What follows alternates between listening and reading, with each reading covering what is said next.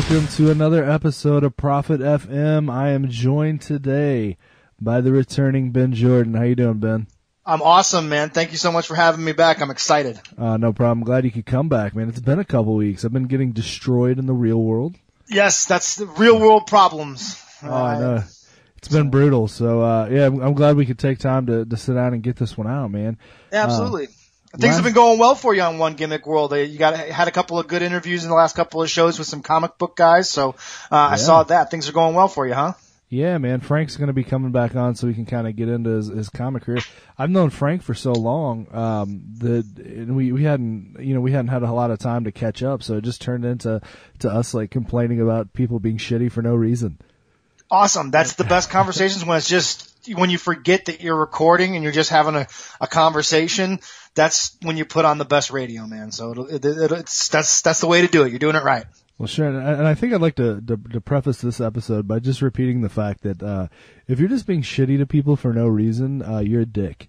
Yes. Yeah, yes. There's no reason just to be shitty, just to be shitty. It's silly. Yeah, it's just you have an anger issue that you need to work out. Sure. I hope you find Jesus or weed or whatever it is that you need. Whatever it is that calms you out, man. Yeah, whatever balances that out for you. I hope you find it, and I hope it makes your life better. So that's me.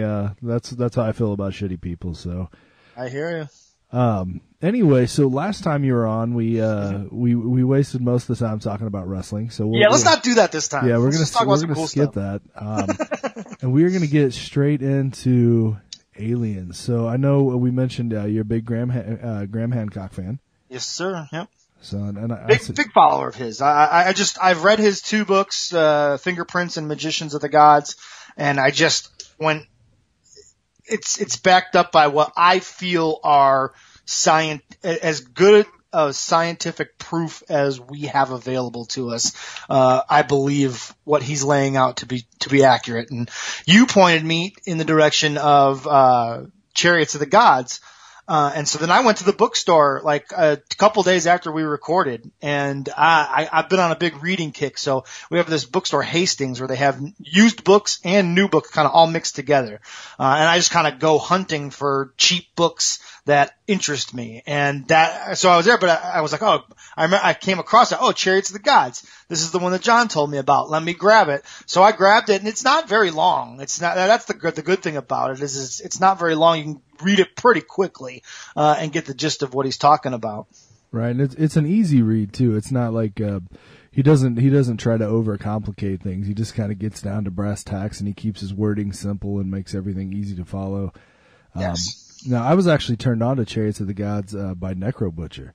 Yeah, you mentioned that last time, it does not surprise me knowing Dylan the way that I do in the conversations that I've had with him in the past. It doesn't surprise me that this is something that he's read and would pass along to other people to kind of open their eyes to.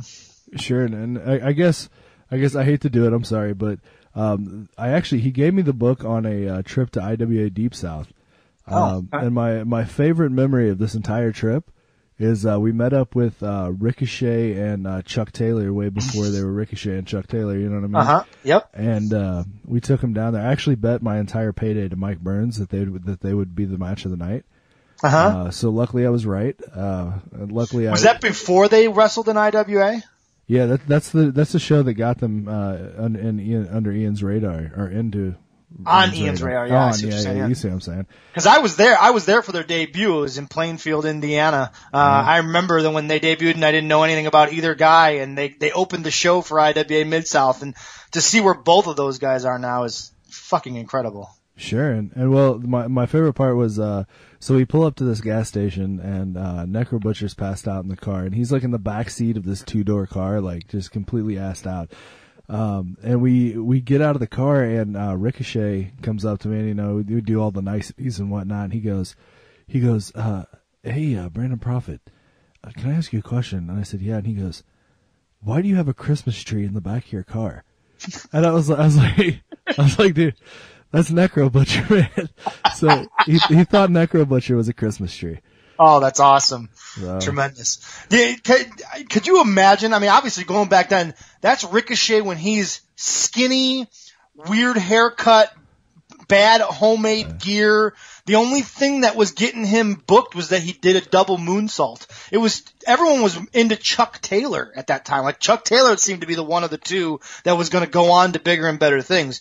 That guy has completely transformed himself into the greatest wrestler on this planet at this point. Oh, it's disgusting when you look at him, because not only is he friggin' chiseled from stone, but he has so much talent, so much. Like, you look at somebody like that and you're like, damn, dude, if we weren't cool, like, I would probably hate you. Like, I'd be the shitty guy on the internet that we were just talking about. Like, just because your life like you're too good at everything. It's just ridiculous. Right. And he's going to become a horseman by proxy. Yeah, good for him, man. Looks like things are going well on his end. So he is winning at the game of life. You're absolutely right. Yeah, I got nothing but love for Ricochet, man. He's one of my favorite people in the history of the business.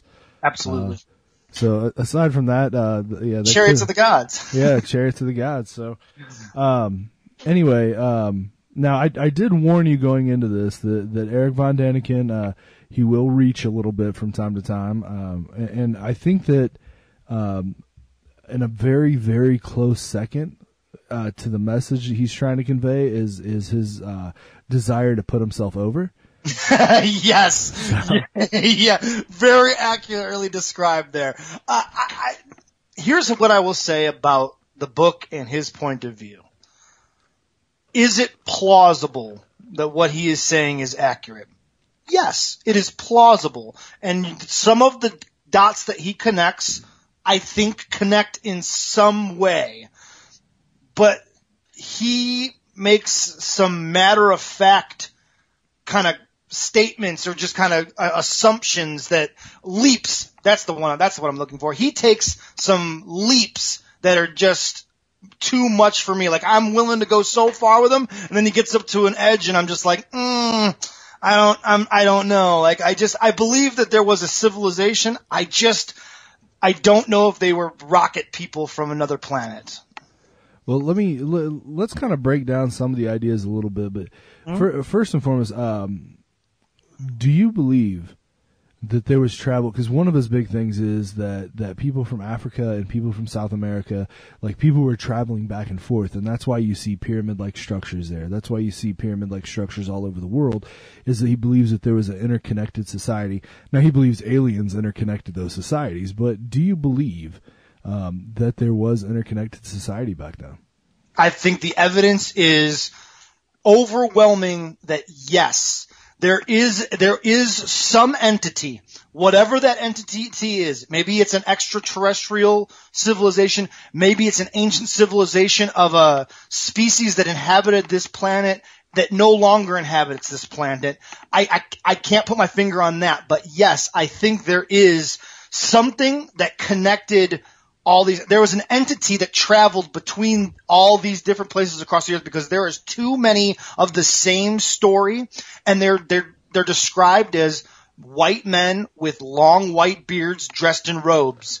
There are multiple reports of this from all over the world that there should not be any interconnection. So yes, to answer your question directly, yes, I do believe there is that. Yes.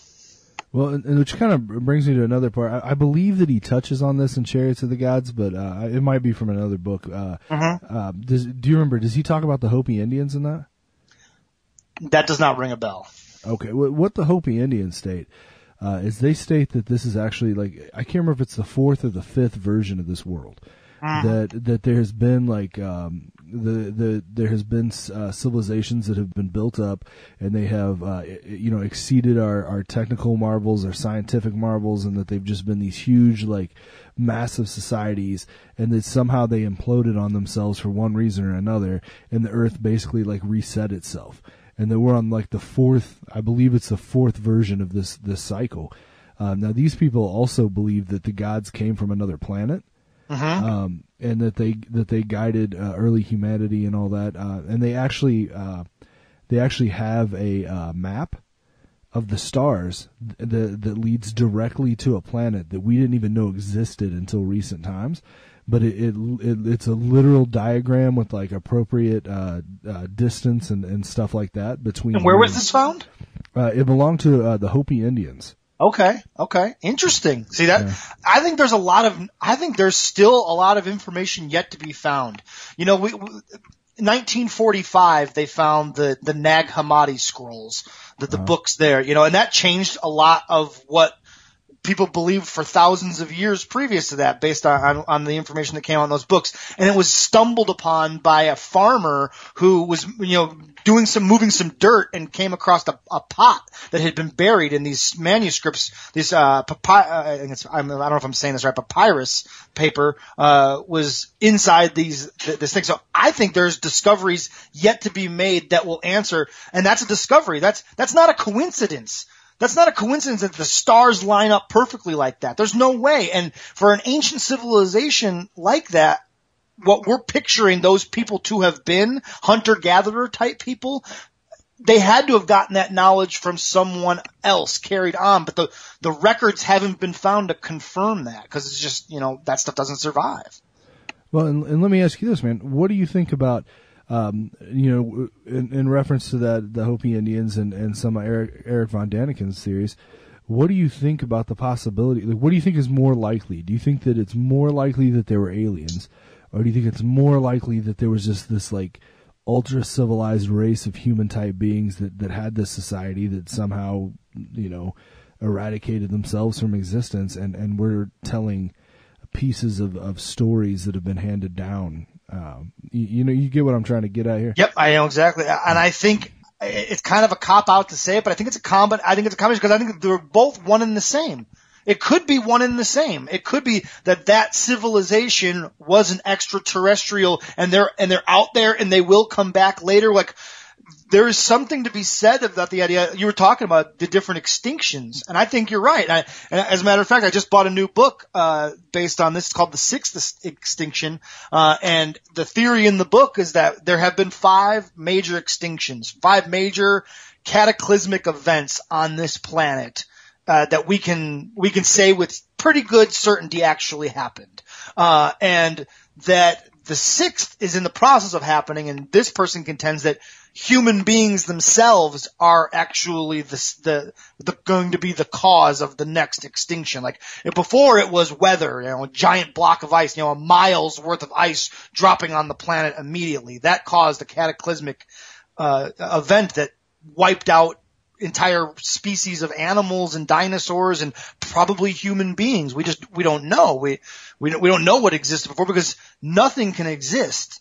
After 10,000 years, everything will eventually disintegrate. I once heard it said, and I may have stated this last time because it's a point that I bring up because it drives it home, is that if there were to be a cataclysmic event right now, like as we're recording this, boom, ice drops on 3/4 of the planet, immediately freezing everything, crushing everything, civilization. If 10,000 years go by, the only things that would still be, when the ice melted, the only things that would still be visible would be Mount Rushmore and the pyramids. Everything else, all that metal would get oxidized. If they had cars, if they had planes, if they had technology, that stuff would eventually disintegrate to nothing under that amount of pressure. That's pretty amazing when you think about it. So, yeah, I think there's a civilization, and it could be an alien civilization, but I think there is strong evidence there was some sort of civilization ahead of us that knew astronomy, knew the stars, knew intricate, math. There are mathematics that go back where the Mayans knew about mathematics, but we don't know where they learned that from. We don't know. The Mayans didn't just come up with mathematics themselves, astronomy themselves. So I'm long-winded here, but I hope I answered your question long-windedly. Sure. Well, and here's the thing too, like, it's certainly, in my mind, it's possible that, the human societies, figured out all this mathematical stuff, and maybe even the astronomy, if they had the equipment to do so, if they had the time to do so. But here's my question. How likely is it that the Mayan civilization were able to exceed our modern understanding of math in the short time that they supposedly existed? Because their existence, if you think about it, the timeline of the world was supposed to be extremely small, really, like a blink in the eye of the history of the world. And here we are with all this equipment, all this technology, and we don't even know how to decipher some of the things that they've made because it's so advanced.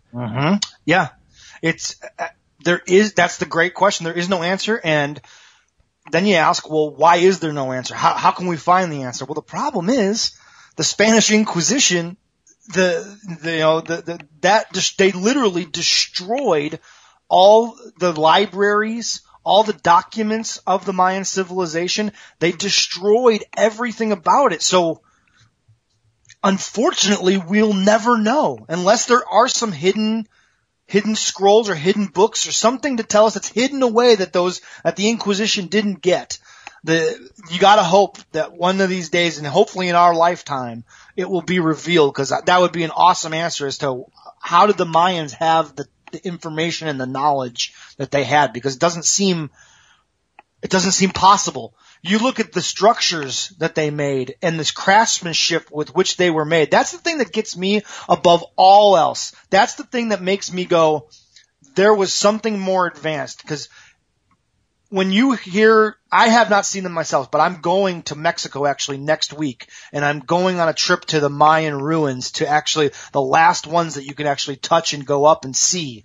I'm so excited to do that, and I'll come back on and talk about that once I do it. I'll also be talking about it obviously on my show in the rotation as well. But I digress. The craftsmanship, the idea that these multi-ton, as much as 30 to 50 ton blocks are moved into precise positions and lined up where you can't even get a piece of paper between them. I'm sorry, we don't even have the technology at this point to do that. And if you're going to tell me that a bunch of Egyptians rolled them on wood into place, there's something like 1,000 stones or something crazy. I mean, it would take an astronomical amount of time, and science and physics tells us that it's not even really possible to have done it that way. There is no way to explain how these structures, like the pyramids and some of the Mayan ruins, were constructed, and with the precision that they were constructed with. And that's the thing that tells me, it makes me in my heart and in my mind say there's something more out there. We don't know the answer to it yet, but there was something that could either move it somehow with their mind. You let your mind play with that however you want, but something moved those blocks that we don't know, we can't possibly understand, because the technology, the knowledge hasn't come to us yet as to how that happened.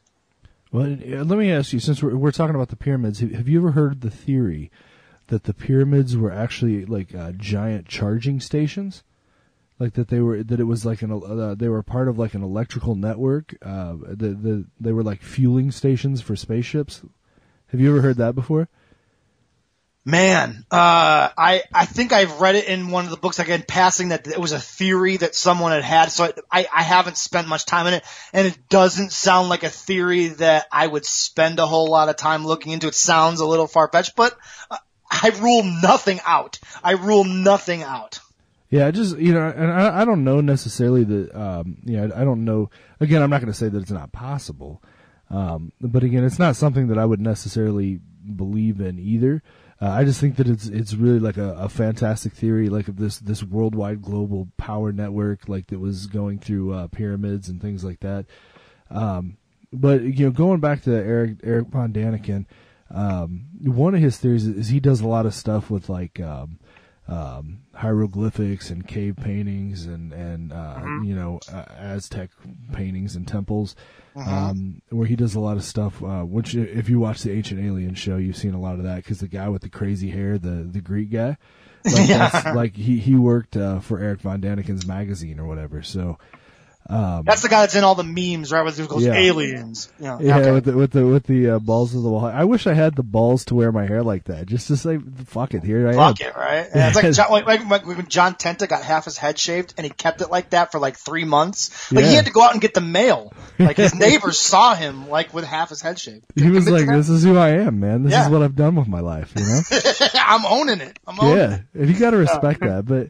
No, so his a lot of his things are that that a lot of these are pictures of men in space suits and stuff like that, or beings in space suits.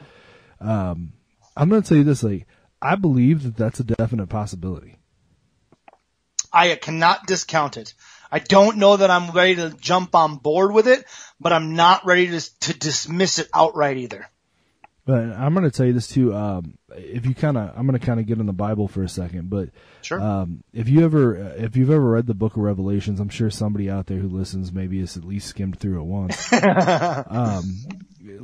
I think that the Book of Revelations, like with the locust, like it says something about locusts that have monsters in their eyes or something like that.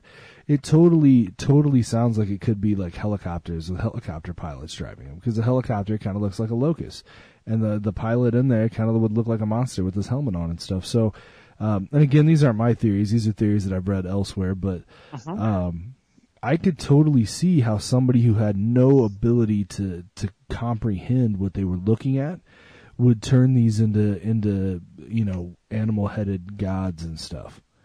I agree with you, and I'll take it a step further. I think that not only that would happen, but I think that plays a part in religion in general, is that people latch on to this idea and they stick with it. So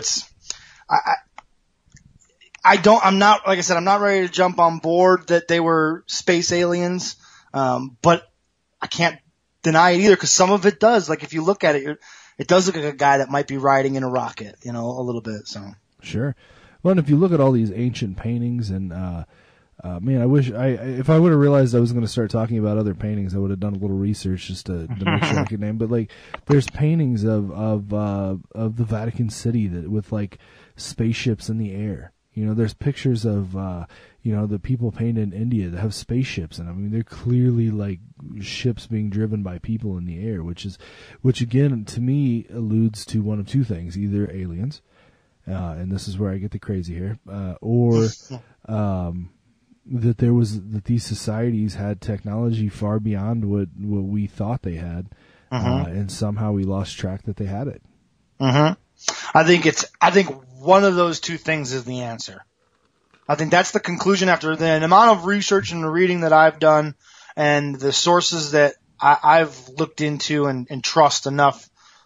I think it's one of those two answers. Either it was aliens from another planet, or there was a civilization previous to ours that had technology that are human like us, that are originated from this planet, that had technology and are extinct, just like the dinosaurs they went extinct. And they interbreeded. I think they interbreeded with with Neanderthals, and we are the result of that. I think there's a lot of evidence in a lot of books and even in the Bible, they talk about these giants that the Nephilim? that they came and they mated. They took women from the human society, and they took them and they mated with them, and they had spawn.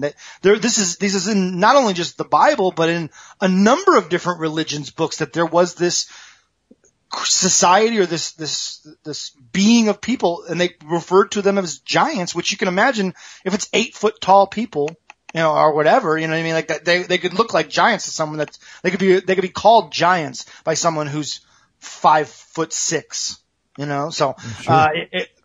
There's compelling evidence that we may be a descendant of a long forgotten or an extinct society, and Neanderthals, to get to the point where we have the knowledge, the brain capacity that we have as human beings, because of whatever that other being or whatever it was that mated with these Neanderthals. Well, and I totally think that, and this is going to be weird because, in the podcast with Vito, we talked about that I definitely believe in God. Mm-hmm. And so we talked about that. So this is going to sound weird when I say this, but I do think that the Bible is is a huge expose on like alien interaction with humans. And the reason I say that is because you read a lot of stuff, like, again, you referred to like the Nephilim, but they were talking about how the Nephilim, and then some angels mated with women, and I think that the Nephilim actually might have been the spawn of the angels and the humans, and that might have been what created the Nephilim. But then there was this other grouping of angels that thought it was an abomination, and they came down and they destroyed they like hunted them down and they banished them and all this stuff. And if you think about that, humans do that stuff all the time. Sure. Yeah, like whenever. Well, it just happened in Orlando. Yeah. You know what I mean? Like, is like some guy was like, I can't deal with this. Like I don't know if he was like, it sounds like to me, like from some of the stuff I heard, that maybe he was on gay sites or whatever. So maybe he was dealing with, mental illness and self-loathing, or I don't know what. I think that seems to be where this is pointing. But there's a 911 call that I think until that 911 call comes out, we won't know for sure what his motives were. I think his motives are on that 911 call, and it's either he claims ISIS something or other, or he's on that call saying, I hate gays, Allah, all praise to Allah. I think it has to do with homosexuals and his religion and his self-hating. Sure. But that's here and there. Well, we'll find. It's a perfect example of a human not understanding something or seeing something and then just going out and wanting to destroy it because, they can't cope with it. So, we see it every day in society today. So to me, like, why would another being not do the same thing? Very plausible. Very plausible. And it does not seem out of the realm of possibility to me. Yeah. Which I guess this is kind of a good jumping point too, I suppose. Before we change gears here, another big thing with Eric von Daniken is the Nazca lines. How do you feel about those? Refresh my memory on that. It's been a minute since I read the book. Well, I believe it's down in Peru. There's these lines, there's these intricate designs that can only be seen from the air. Yes, Graham Hancock talks about those in Fingerprints of the Gods. Yes, that's fascinating because that's something that was there for a very long time that we had no idea what it was until we developed the ability to fly. And only when airplanes flew over it did we see that they were intricate design. And when you see the pictures of them, it's mind blowing that when you go down on the ground, it's like they say it's just a couple of inches like dug into the dirt in perfect fashion. Like, how could they have known what it was going to look like if they couldn't see it from the top? Sure. That you can't explain that other than to say they had the ability to look at it from the top. Like that's the only way to say it. Now, we don't know how. We can't explain how because we don't believe that they had any sort of technology like that, but you can't tell me that hunter-gatherers from, 5,000-6,000 years ago, I think they think that they're that old. I mean, they're very old. And to think that they had the ability to know what they were drawing to such precision without being able to see it from the top makes no sense. It doesn't compute. Sure. Well, and then that kind of plays in also to, there's this map that they found, and I think this is from Eric von Daniken's book as well. There's this map they found in like Turkey or something like that. It's like hundreds of years old, pre-flight. Yep. And when you unroll the map, it's a complete, it shows the complete coastline of the entire world. So it's got the whole map, it's got the whole thing. It's got Antarctica before Antarctica was supposedly even discovered. Yep. It's got all of that stuff on there, but here's the kicker about it. Because you think that you're like, all right, well, these guys, maybe they put together a bunch of maps and they figured some stuff out, or maybe this guy just got around, you know what I mean? So it's totally possible that somebody sailed around the whole coastline of the world at some point, right? That being said, this map is shown from an aerial skew. So the shape of the continents and everything is done. It shows the curvature of the Earth. Yep. So how would people who thought the Earth was flat know to draw the curvature of the Earth? Exactly. And I feel like I mentioned this on the last time when we dabbled in this, but it bears repeating again here that there's that map dated 1513. that has the topography and the exact coastline and everything of Antarctica.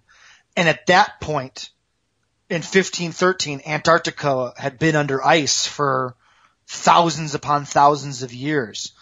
And they didn't until recently have the technology to look through the ice and see what the topography looked like and the landscape looked like. But it's exactly the way it appears on that map dated to 1513. Obviously, they got that information from somewhere, but the furthest it's dated back is 1513. How do you explain that? If they didn't have the technology to see under that ice, how did they know it was there? To exact where the mountain ranges are or exactly in the same spots. I mean, they got the topography right. How? It doesn't make sense. A map had to have been done before the ice fell on it. And that's 10,000 years ago. Sure. Well, and then, if you even consider the fact that you got to think it too, like what kind of changes has really gone? I'm sorry, man. I totally got sidetracked for a minute. This thing over on the side caught my eye, and I drifted away. Yeah. But no, and that kind of goes back to what we were talking about before with the Earth being destroyed several times, because there's clear evidence that at one point in time, Antarctica was not frozen. Correct. So yeah. for that to happen, theoretically, the poles would have had to shift.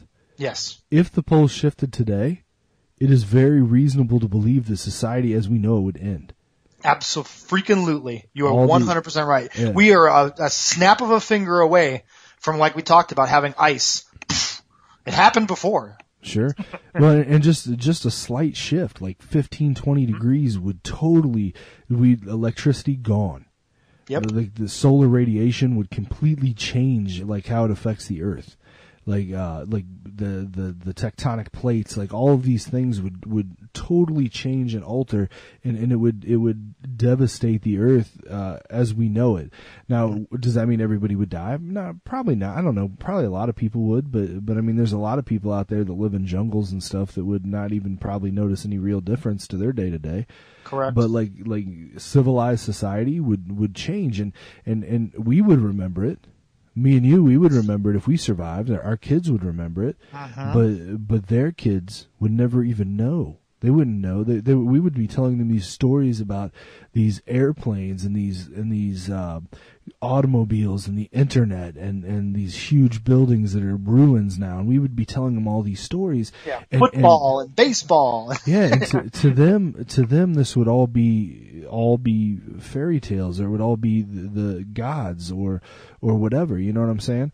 And by the time it got to their kids, it would be a completely different story than what had actually happened. And at this time, like now, like these people are not even be able to comprehend what electricity is. They're not going to be able to comprehend these, using these massive machines to mine things out of the earth to create wonders. You know what I'm saying? Yep. I think you're spot on, man. I think you're spot on. It's such a compelling rabbit hole to go down. Absolutely. Well, and I want to, at some point too, like I want to kind of turn you on to some really like out there ideas, like reptilians and the inner Earth theories and stuff like that.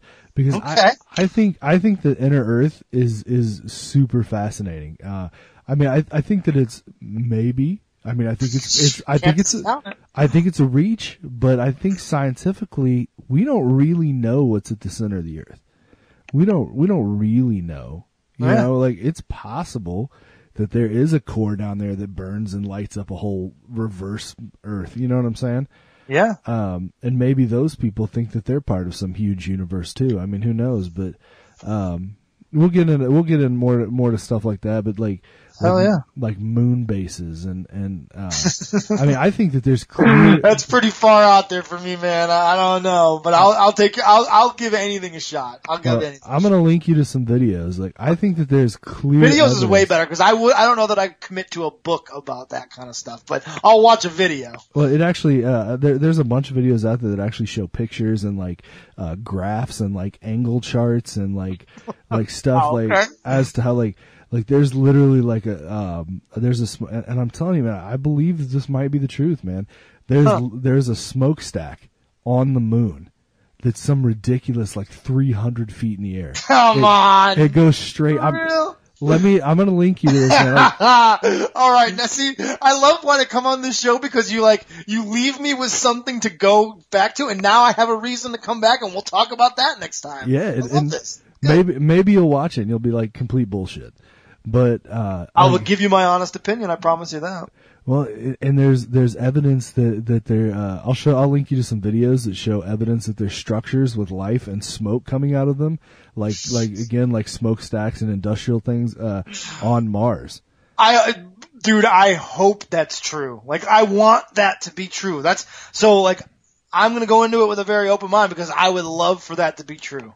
Yeah, I totally, I want it to be true. I'm like Fox Mulder. I want to believe.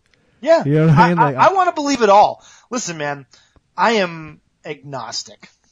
If you're gonna put me in a category, I put myself in the agnostic. That at this point, because of the things I've said about that ancient civilization, I don't know what it is. I don't know what God is, but there is I don't discount that there is some sort of supreme being or beings that were ahead, that are above us on the food chain, if you will.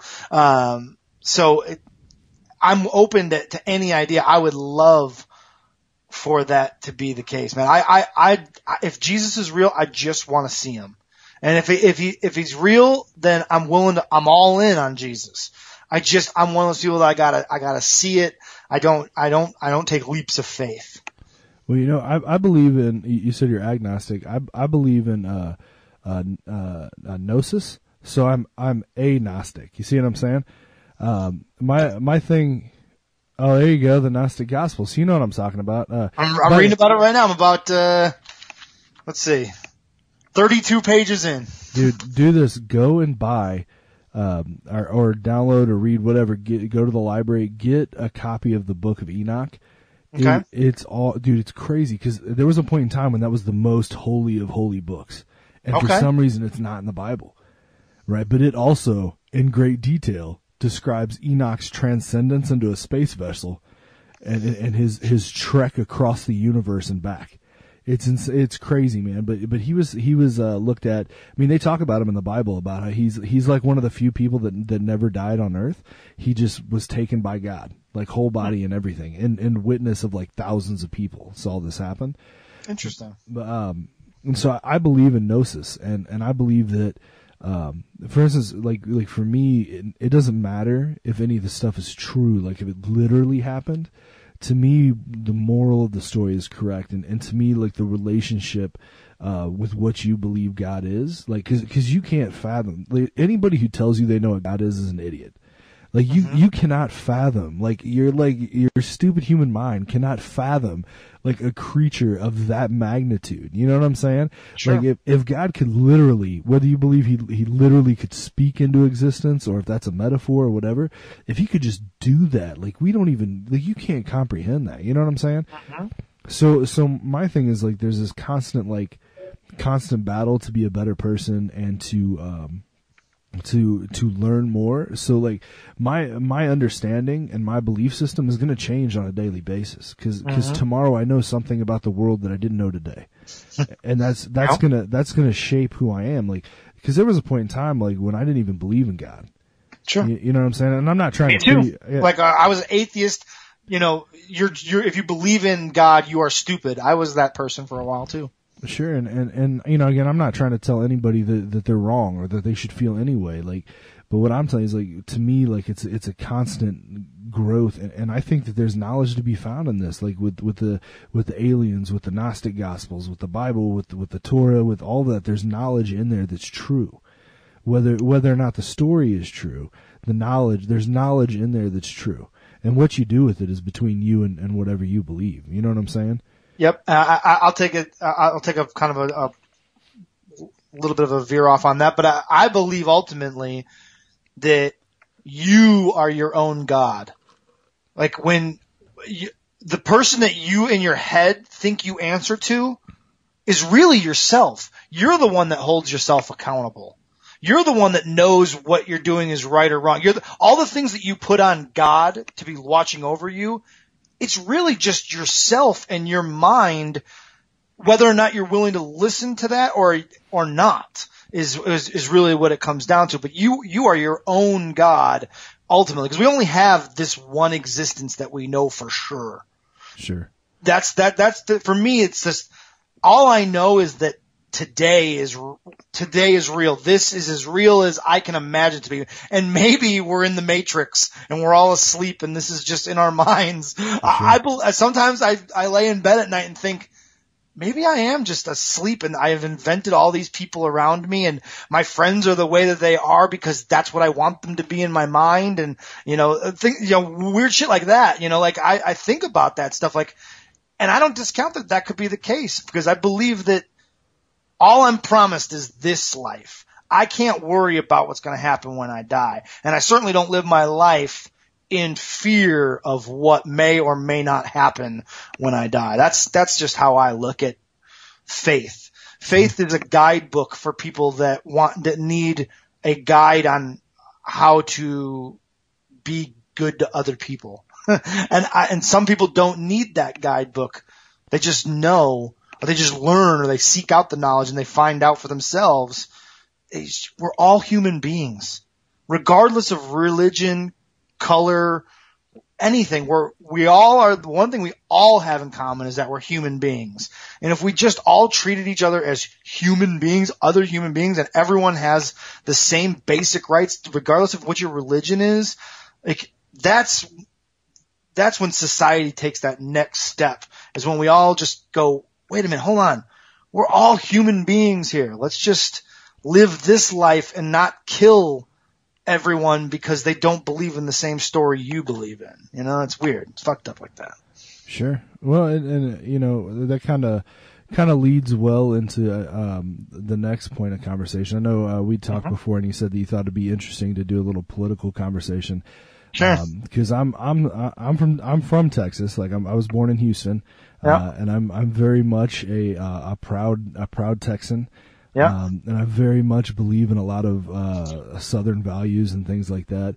But I would actually I'm actually a member of the Democratic Party, which is weird because I was going to run for constable of Perry Township in Indianapolis, right?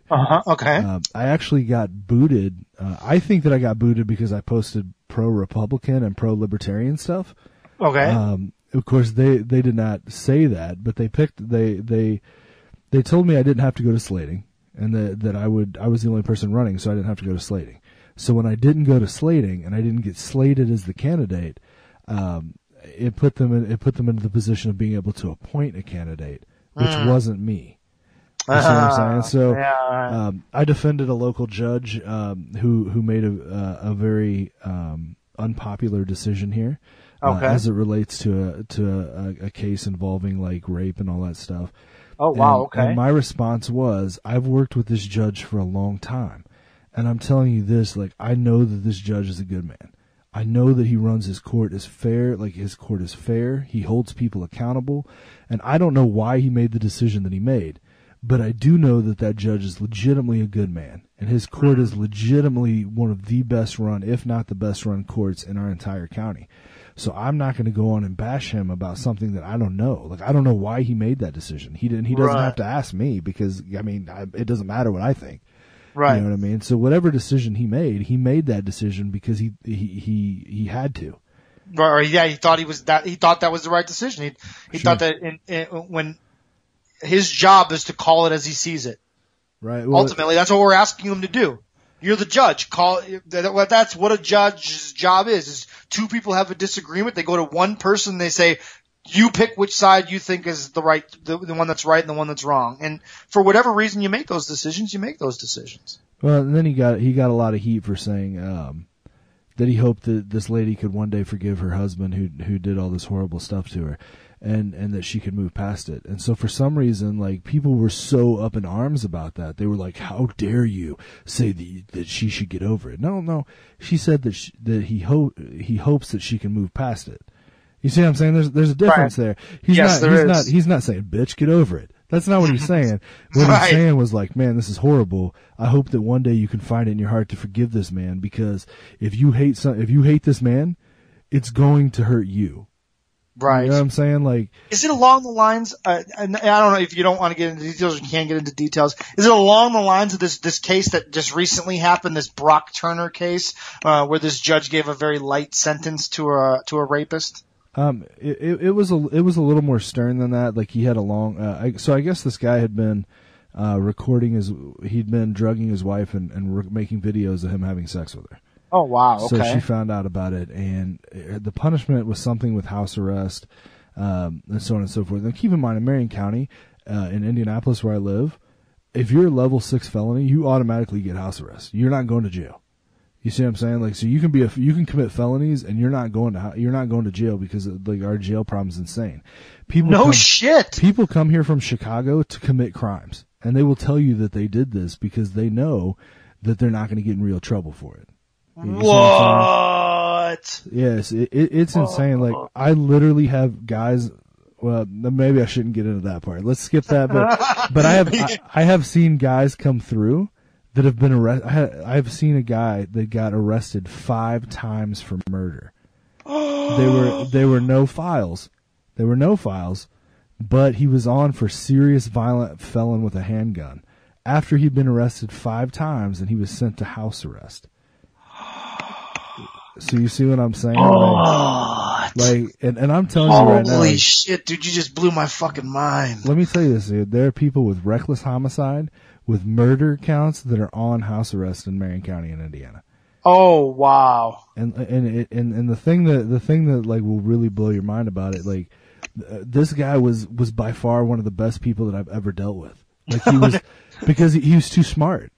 Of course, you know what I'm saying? Like, he's too smart for this. Like, have you ever watched The Wire? No. One of the shows I have not had a chance to dive into yet. Well, everyone tells me I need to watch it, but I have not had a chance yet. If anybody watches The Wire, and you know who Stringer Bell is, this guy was Stringer Bell to me. Like, he was the guy who was smart enough to cover his bases. He was smart enough not to do this, smart enough not to do that. And so, but you don't get arrested 5 times for murder and not know who killed somebody. Best case scenario. Right. You know what I mean? Holy shit, dude. That's incredible. And what's even more incredible is when you think about it, Marion County's probably not even the only county in America or in Indiana that's like that. You know what I mean? Like, there's probably plenty of counties all over the country that are like that. That's insane, dude. Well, it's crazy too, because like, we'll be dealing with other counties. Like, we take transfer cases sometimes. And like, just one thing, I can just be like, this guy left his house for 30 minutes. Done. Jail. No question asked. Somebody here absconds and is gone for 2.5 years. Only gets caught because he committed a new crime. It's okay, baby. You get you a job. You go back into house arrest. You know what I mean? It's like, what the hell is going on here? Oh my God, the justice system is so fucked up. Yeah, and I'm probably screwing myself out of a job here, but luckily I got this barbecue thing on the back burner, I guess. Well, man, I don't want to get you in any trouble, but man, dude, that is fucking mind blowing. You know, I didn't name any names or say any. No, I don't. Yeah, so. I think you're talking about your job in very vague. Yeah. So I don't think you've said anything to get yourself in trouble, but man, that's a story that needs to be shared. People need to know that, bro. That's insane that's going on in this country. Nobody knows that. Nobody knows that. They know what the Kardashians are doing, but they don't know that murderers are on house arrest because our jails are so overpopulated because of the war on drugs. Sure. Well, you know, and they've got, you know, they're full of, the jails are full of drug users and addicts, and I mean, what does jail teach them? How to be a better addict, you know? That's it. You're punishing them for having a disease. You know, for having an addiction. It's so backwards. And, I recently watched, and I don't know how you feel about Michael Moore, but his most recent documentary, Where to Invade Next. The premise of the film is he's going to go to different countries all over the world and take the best things from those countries and claim them as American and bring them back to America, right? And I'm drawing up. We were just talking about, my mind is trying to catch up to the story. And prison overpopulation? There you go, the prison overpopulation, the war on drugs, and the idea that treating drug addiction for what it is and not as a crime. He goes into great detail about that. I believe it's Portugal who decriminalized all drugs and treats drug addiction as a health issue rather than as a crime issue. And it's amazing the turnaround, and they have places where you go to do heroin and it's at least a clean place with clean needles. If you're going to do the heroin, do it here, and that sort of thing. So I definitely would suggest anybody, watch that documentary. If you can get past the idea that if you hate Michael Moore, you might have to kind of choke that down a little bit. But some of the information he gives out in that film is very compelling. Well, and I think too, I don't know if you remember this or not, but for the vast majority of my life, like I was very strict, like straight edge. You know what I'm saying? Mm-hmm. And I wouldn't even take medicine. I think we maybe talked about this before, but like I had a lot of issues. I have hypomania. Which really, like, about the time you met me, like, it really started to, like, take over my ability to function. Okay. And, like, I refused to take medicine forever because I was like, no way, I'm not putting any drugs into my body. You know what I'm saying?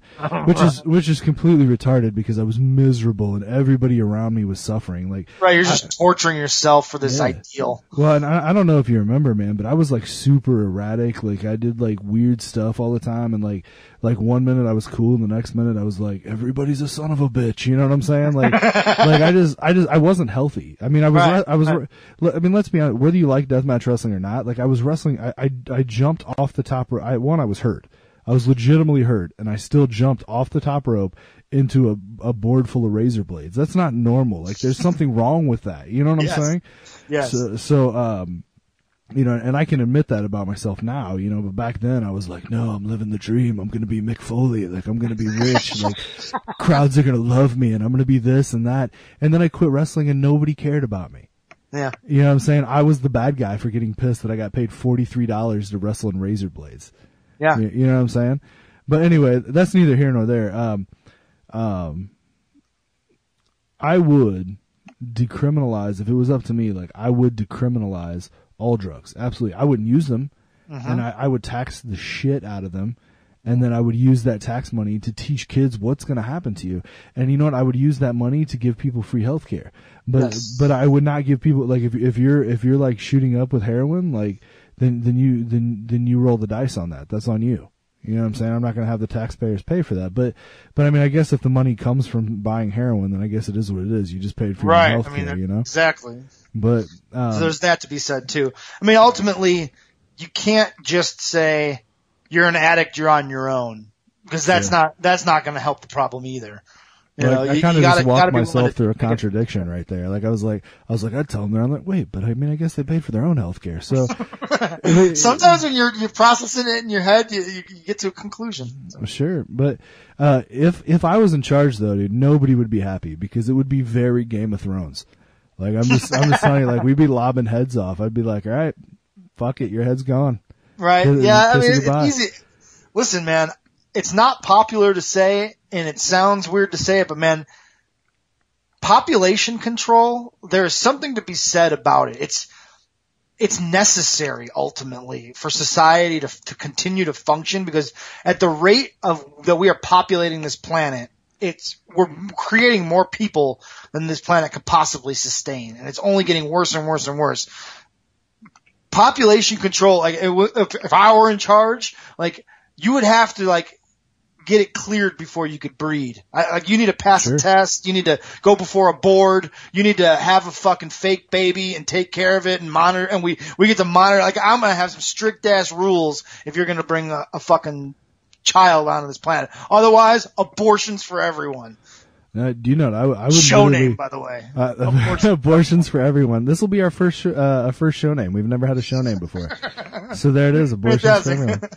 So, but what I would do though, like I would literally snip everybody when they're born. Snip, and then for you to get unsnipped, you would have to be in good standing. Great call. And here's the thing. This is going to probably be very unpopular, especially with like super liberal people. But and I'm never going to be able to run for office now. Like I'm officially screwing myself.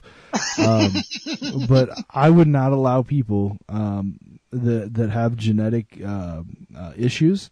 Like if somebody has a genetic predisposition for like a major health issue or a deformation or something like that, like I would not allow them to have biological kids.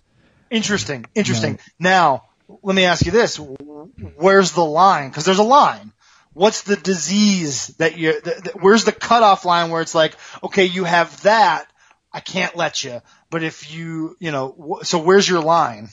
Well, I think first and foremost, I think that the people with deformities and God, dude, I'm gonna feel. I know that if somebody's listening to this and I hurt your feelings, like I'm so sorry. Like it's. But you know what? It's the truth. If you're just telling the truth, that's it. It's not me saying that you wouldn't be a wonderful parent, but there are kids out there who are in orphanages and stuck in these things that these different social programs and group homes that would love to have an amazing parent, and they don't care if you're missing a foot. You know what I'm saying? Like they don't care. They don't care. Like if you have like for instance me, like I have hypomania. Like I have birth children, and I might have passed that on to them. And that scares me to death, dude. Because that's a really shitty thing to have happen to somebody, and they can't even stop it. It's nothing that you can do about it. Yeah. I mean that's a next step after saying, all right, you want a population control, but now you want to refine and only let the good ones through. And like that's an interesting way to look at it too. But again, unpopular, but I'm kind of on board with it, man. Like we can't just let everyone breed as many children as they want, because you can't keep bringing children into this world if you're not prepared to raise that child properly. Yeah, if you don't raise that child properly, you're going to raise criminals. We have enough evidence at this point to support that idea that a child that isn't parented properly is very likely, more likely than not, to turn out to be a criminal of some sort. I work with people. And this is a legitimate example. Like there was a guy that came in. He can't read. He can't write. He can barely speak sentences on his own. So his girlfriend brings him in, which is weird because she's a nurse and she's beautiful. And she's so well spoken. And I look at him like, what the hell? Right? Like, but how does that happen? They have 7 kids. 7. This guy has never had a real job. He couldn't graduate from school. He clearly is mentally disabled, and that's great. That guy deserves to live, and he deserves to have a good quality of life, and he deserves to have opportunities to better himself however he can, and he deserves to exist on Earth. But should he be passing that on to other children who don't have a say in the matter? Right. Or and not even that. There's that level of passing it on. But I even bring it further back and say, I mean, you aren't in a position to be having 7 kids. Yeah. You're just not. You don't have your life together. Having more kids is not going to make your life better in any way. You're not making society better. You're not giving that child a fair chance. That's really what it comes down to is, if you're not giving that child a fair chance to turn out to be a respectable member of society, then you are doing society a disservice by bringing that child into this earth. Absolutely. I totally agree. And again, we were going back to talking about God and stuff. I don't really pray much because I don't really, I don't know that God hears prayers, and I don't think that God answers prayers, because I think that God is too big for that. You know what I'm saying? That being said, I pray all the time that my son isn't like me. You know what I'm saying? Like, I pray all the time. I'm like, dude, if you can hear me up there and you can give me one thing. I'm like, I grew up in a crack house. My dad was the shits. I've seen horrible stuff, dude. Like stuff like, and again, it's not the worst stuff on earth. There's people that seem way worse than me, but I've seen shit that no kid should ever see. You know what I'm saying? Right. And that being said, I'm like, if you can just get my kid away from what I am, like if you can not make him suffer like that, like if you can just let him be on the right path and have that opportunity. If he screws it up, that's on him. But if you can just not give him that You know what I mean? Like, if you could just Sure. make him just a little more normal than me, like then I would totally think that all that suffering was worth it. You know what I'm saying? But let me kind of go back to my idea that you are your own God, man, and you're responsible for that. You can influence that. If you don't put your son in a position to see horrible things, the positions that your father seems to have put you in to see those things, you're doing your part. You are the God of the situation because you're doing what's necessary to keep your son from being in those same situations. You've seen the mistakes and you're doing what's right. So you're just telling what you call praying, I think you're just really talking to yourself and saying, man, I need to make sure that this doesn't happen. You know, it can't happen, and Sure. you control that. So yeah, no, I can understand where you're coming from on that. Well, I guess we're almost out of time here because Vito's always like 1 hour. So. I'm actually about to go record with him. We're going to record, I think, at least one of the two shows tonight. So. Okay. Well, we'll have to have you back on again. We'll talk about. Man, I love this. Every couple of weeks, let's do this. It's fun. It's a different conversation that I get to have with Vito. Sure. So, I love coming on and shooting the shit with you, man. Well, let's do this too. Let's talk about guns, and let's talk about the Confederate flag. Because dude, I think that we're going to get a little, I think because it seems like everything that we talked about today we're kind of on the same page with. So I think that if we talk, we're setting it up. If we're having a wrestling match, we're just chain wrestling at this point. Yeah, we're just, so the Rumble is to come. Yes, I'm about to slap you across the face and we're about to get it on. Well, that's okay because I'm going to come, wrapped in my Confederate flag, toting guns. So I'm not going to use them on you because I respect your right to have a different opinion. But absolutely, you know, all good. I think we're going to have a very, very fun conversation with that. Sure, man. It was awesome having you on, and you know, just for the people out there that are listening and maybe they haven't checked out In the Rotation or We Got Heat, check those out. Ben's on those every week with Vito Tomaselli as well. We Got Heat is the only wrestling podcast that I listen to because I don't really care about wrestling. So if I'm just being honest with you. And that's why what's so great about the show. Yeah, and then also too, check out Date Me. Yes. It's ridiculous. Like I want so bad. Like I want to go on Date Me and tell some of the horror stories that I've experienced in my life. As far as like, you know, Date Me style stuff goes. But I feel like I have so many kids that I can't do that. You know what I'm saying? Like, well, now you just exposed yourself, but go under an alias, man. They do anonymous and you can make up your own name and, you know, whatever if you want to go undercover, I'm sure they can even distort your voice if you really want to go that far. But could be Ron you've already Mexico. exposed yourself, so nothing you can do now. Yeah, just go on. Yeah, you know, I've let me just tell you this. I was a large deathmatch wrestler who wrestled in the weirdest places of all time. And I've seen some horrible things. So almost worse than my childhood level stuff. So good God. I'm just gonna be honest with you too. Like I'm gonna leave it at this. Like I've done girls that would make you puke. Do with that what you will. So that's where I'm at. So I can't top that. Just end the show. Yeah, Ben is so maybe that's a show name. I've done girls that make you puke. So there you go. First show names galore. There you go. Flip a coin. I'll see you next time, man. All right, man. Take it easy, Ben. Thanks for coming on, man. All right, brother.